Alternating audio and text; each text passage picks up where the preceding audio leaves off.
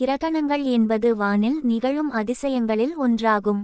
அதே சமயம் கிரகணங்கள் ஜோதிடத்துடன் மிக முக்கிய தொடர்பு கொண்டவை. இப்படிப்பட்ட கிரகணம் சூரியன் மற்றும் சந்திரன் ஆகிய இரண்டிலும் நிகழும். 2025ஆம் ஆண்டின் முதல் சந்திர கிரகணம் லூனர் எக்லிப்ஸ் மார்ச் 14ஆம் தேதி ஹோலி பண்டிகை நாளில் நிகழ்ந்தது. ஆனால் கிரகணம் நிகழ்ந்த நேரம் பகல் என்பதால் இந்தியாவில் இதனை பார்க்க முடியாமல் போய்விட்டது.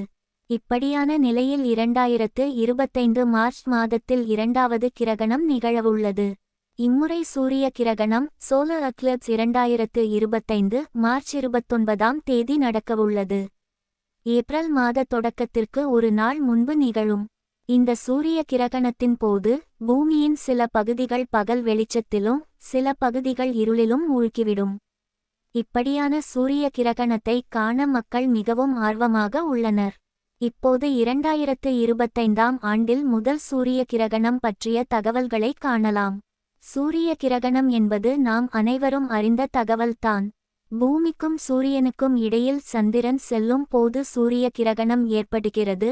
இதன் மூலம் பூமியின் ஒரு சிறிய பகுதியிலிருந்து சூரியனின் பார்வையை முழுமையாகவோ அல்லது பகுதியாகவோ மறைக்கிறது. சூரிய கிரகணம் எப்போது? இந்த ஆண்டின் முதல் சூரிய கிரகணம் மார்ச் 29ஆம் தேதி சனிக்கிழமை நிகழும். இந்த சூரிய கிரகணம் இந்திய நேரப்படி பிற்பகல் நள்ளிரவு 2:20 மணிக்கு தொடங்கி மாலை காலை 6:16 மணிக்கு முடிவடையும். இது பங்குனி மாத கிருஷ்ண பக்ஷ அமாவாசை நாளில் நிகழும் ஒரு பகுதி சூரிய கிரகணமாகும். எந்தெந்த நாடுகளில் சூரிய கிரகணம் தெரியும்?